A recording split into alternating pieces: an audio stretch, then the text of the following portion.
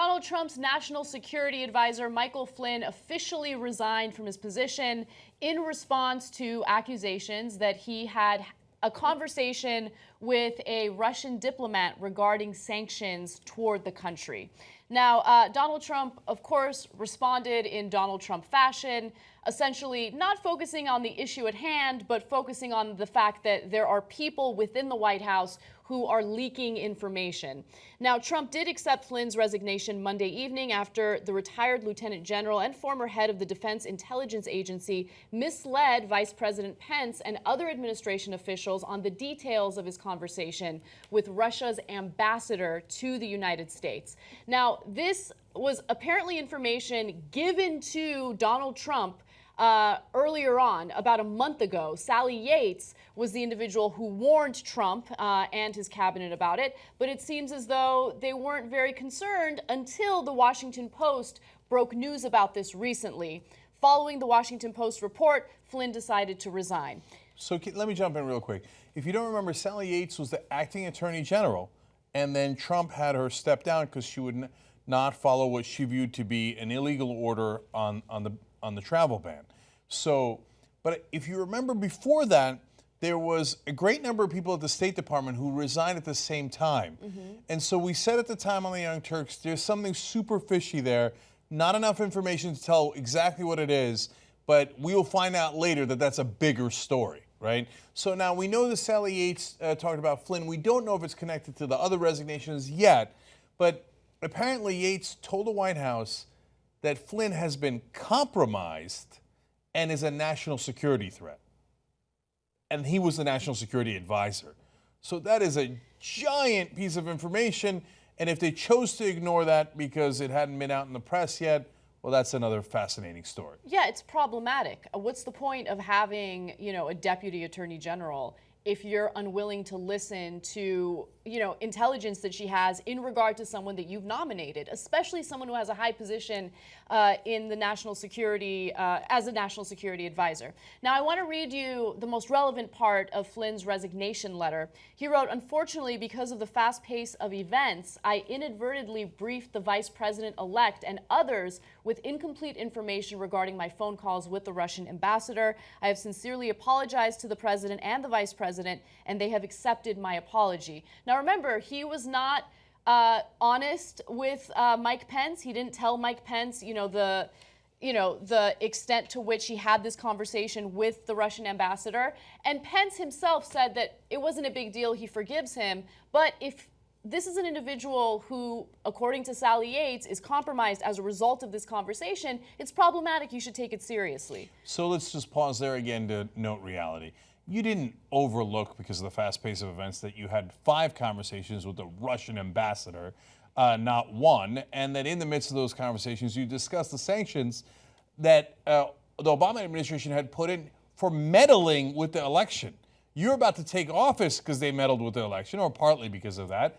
So it's not a thing you'd really forget. So he didn't forget. He lied to the vice president. To me, it's not, people are always shocked and chagrined by that. I honestly think, so what?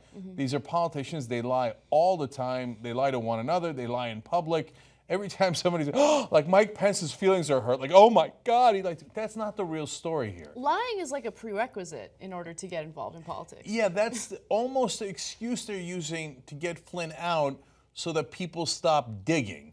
I don't think Trump is shocked or chagrined either. And in fact, if Trump knew about it a month ago, then he would know that Flynn was lying. And of course, that raised the question of, why was Flynn lying? It might be most logical answer, by the way, and most obvious one is just to cover his own ass. Another possibility is somebody asked him to call the Russian ambassador 5 times. So we don't know if it's because Flynn's already buddies with Russia and sat next to Putin at a gala and got paid for it, or that somebody's bigger friends with Russia in the administration and asked him to call the ambassador and say, it's going to be okay. It's going to be okay on the sanctions. Yeah, and by the way, Trump was talking about loosening or lifting some of the sanctions very recently. You see what I'm saying? Like, for those who deny that Trump's administration has cozy ties to Russia, what are you denying? I mean, how much evidence do you want? He's been so incredibly soft on Russia, which you will also see in stories that we'll cover today, especially when it comes to, I don't know, a missile test that Russia just launched. And apparently Trump hasn't responded to that at all. No tough talk from our tough president. Now, let's get to some of Trump's advisors and how they've reacted to all of this. My favorite was Kellyanne Conway speaking to Matt Lauer, and just pay close attention to her mannerisms. I know I sound like a little bit of a body language expert, but she looks so tired and so exhausted from defending all the craziness in the Trump administration. Take a look. Yesterday afternoon on MSNBC, you said that Michael Flynn enjoyed the full confidence of the president. Sean Spicer later said the president was evaluating the situation, and then Michael Flynn resigns overnight. Were you out of the loop on this? No, not at all. Both were true. The president is very loyal. He's a very loyal person, and by night's end, Mike it was best to resign. He knew he'd become a lightning rod, and he made that decision. So had he not resigned, the president would continue with him as national security advisor, even though he misled the vice president and the administration about the contents of that call? That fact is what became unsustainable, actually. Saying that was the straw that broke the camel's back, but the White House knew about that last month when the Justice Department warned the White House that Mr. Flynn or General Flynn had not been completely honest. Well, that's one characterization, but the fact is that General Flynn continued in that position. General Flynn... That makes no sense. Last month, the Justice Department warned the White House that General Flynn had misled them, and that as a result, he was vulnerable to blackmail. And at that moment, he still had the complete trust of the president? Matt, I'm telling you what the president has said, which is that he's accepted General Flynn's resignation, and he wishes him well, and that we're moving on.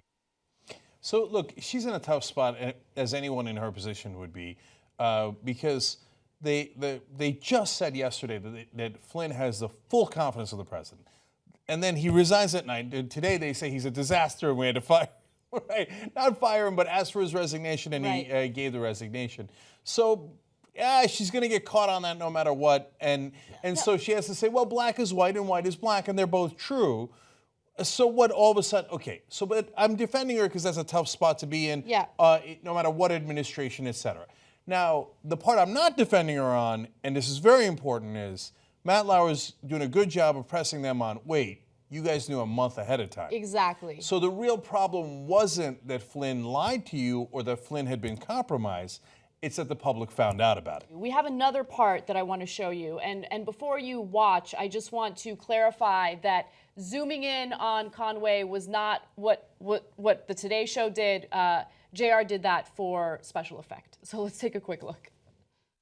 You're starting to make me think that perhaps General Kelly was not freelancing during that call when he talked about or hinted, General Flynn, that he wasn't freelancing during that call, that in fact he may have been making that call on behalf of the administration or the incoming administration. Would that be accurate? No, it would be a mistake to conclude that. Remember, in the end, it was misleading the vice president that made the situation unsustainable. Which the White House knew about last month. And yet yesterday you went on the air and said that General Flynn had the complete and full confidence of the president. And General Flynn decided that he should resign last night, and the president accepted that resignation. She just, I don't know, to me it seems like she's just done, right? Like she's tired of it. She's like, when are they going to ask me for my resignation? Girl, take a load off, have a margarita, enjoy your life. What are you doing? Let's just be clear about one thing. Trump asked him to go. Yesterday, Flynn talked to the Daily Caller and was fully defending his position right before he resigned. He thought it was over, and he said it wasn't a big deal. And so the real problem was the leaks, and then boom, the hammer falls right after that. So it was not Flynn's decision. That is very clear. Trump asked him to go, and we don't know how that conversation went, but it might have been, hey, look, you got to take one for the team. And other Republicans are going around saying Flynn's a good soldier, which leads you to believe he took one for the team. It was actually Trump who had put him up to it, and Trump who asked him to find the underside of a bus. Corporate media is awesome. Wrong. Independent media is the way to go. Believe me. Believe me. Support independent media right now. Become a Young Turks member. TYTnetwork.com/join.